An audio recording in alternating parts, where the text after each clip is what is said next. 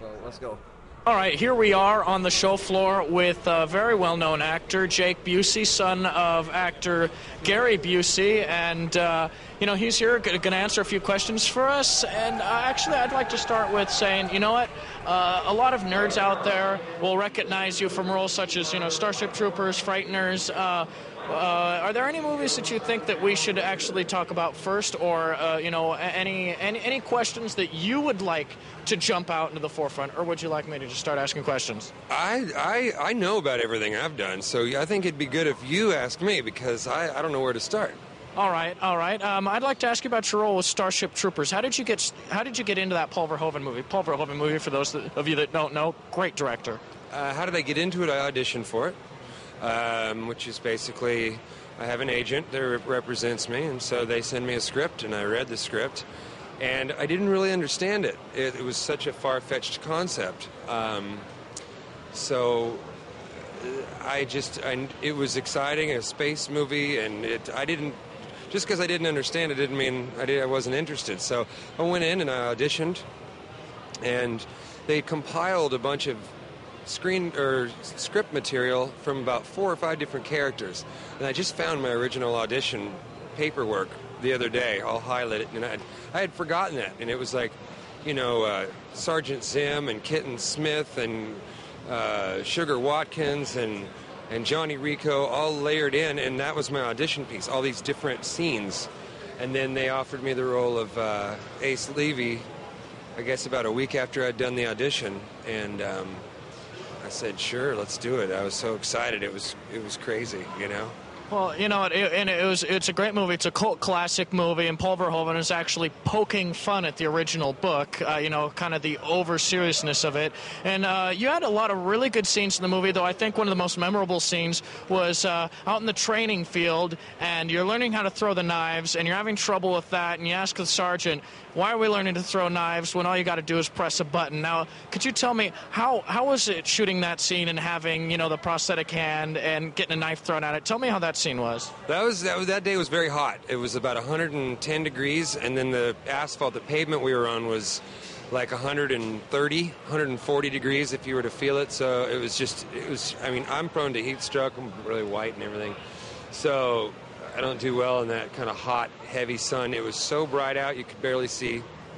You'll see us squinting in the movie. Yeah, I was going to say, I noticed you squinting so hard, They were blasting us. In order to get that real crispy, shiny, perfect look that the film has, they were shooting it, it was like 25 ASA film, and it was just lit like crazy, just way overlit. So everything was bright. So those big sunny days, they loved them. And so I had a prosthetic arm on underneath my shirt, so I had 3 hands going, and they had They rigged up and built, John McLeod, the special effects guy, built a stationary crossbow that would fire the knife that 30 feet or whatever it was, and it was like perfect on time, worked every time they shot it.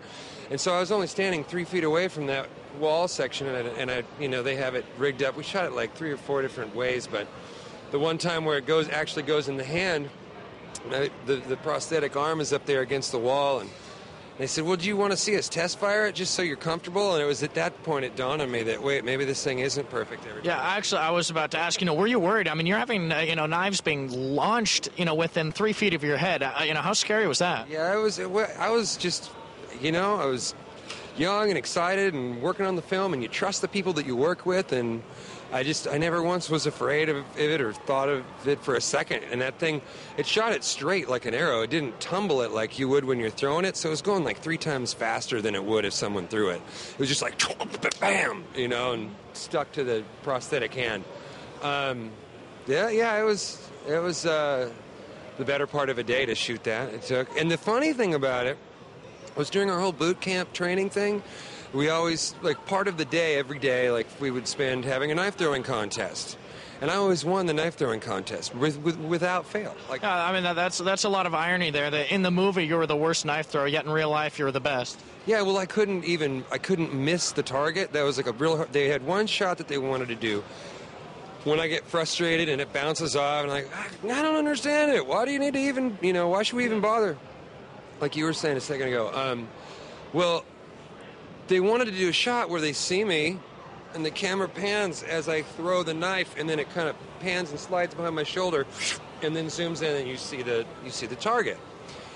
Well, every time I was doing it, it was hitting the target perfect, and I couldn't miss. We did like 6 or 8 takes, and it just finally... And they're like, damn it, Buesy, suck more. Yeah, well, yeah, exactly. Finally, someone had the bright idea of telling me, aim beyond the target.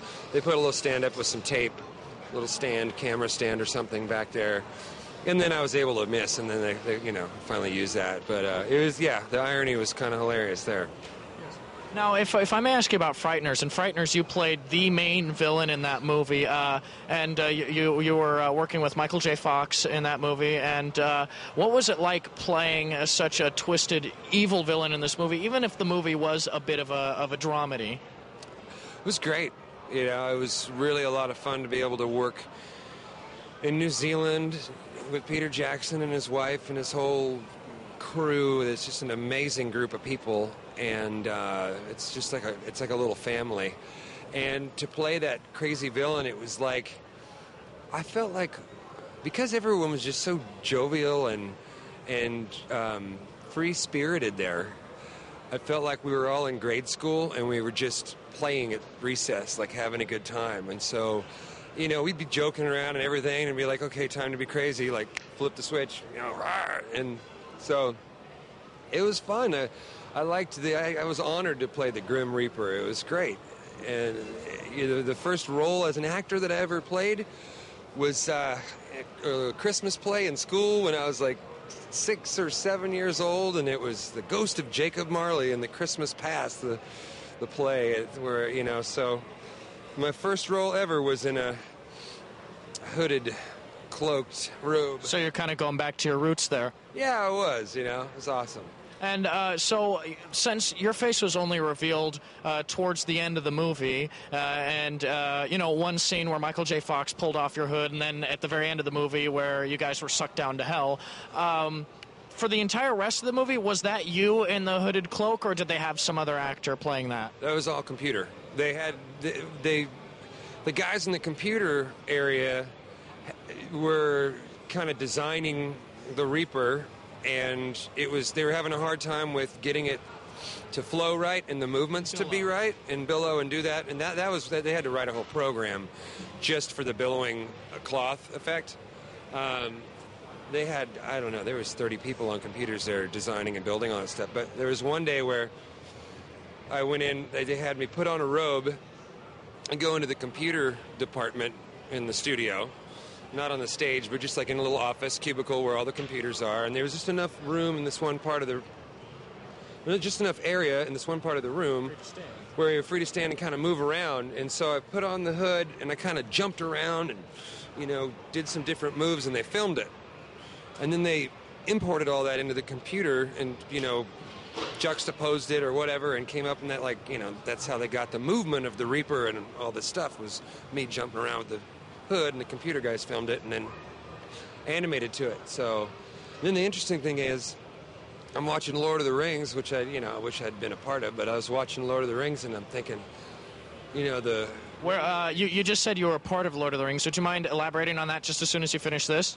I said I wish I had been. Oh, you'd wish. I misheard you there. Yeah, but I'm watching it and I'm seeing the ring wraiths and I'm like, they look exactly like the Grim Reaper did. Wait a minute. Did Same program? they steal that? Was that? Yeah. So I guess I had some input in the ring wraiths. And what would you say has been your favorite role to date? I don't have a favorite. They're like family members, they're all different, but you love them all equally. There's so many great experiences that you have. I mean, I was barely even in the movie Twister, but I wound up with one line of dialogue. But I was there for 5 months. Wow. And I was 23 years old. I had my girlfriend with me. We were, living at the hotel that everyone's living at in Ponca City, Oklahoma. We're chasing tornadoes in our off time, as well as working on the film. And I'm clocking into work every day for 5 months, the whole summer, all day, every day. And well, it must be great to have a steady paycheck. Well, that was good. It was a small paycheck, but it was still good. But for me, the memory of that movie is one of my favorite ones. But as a fan or a moviegoer or someone who didn't know, you barely even notice I'm in the movie. Well, you said you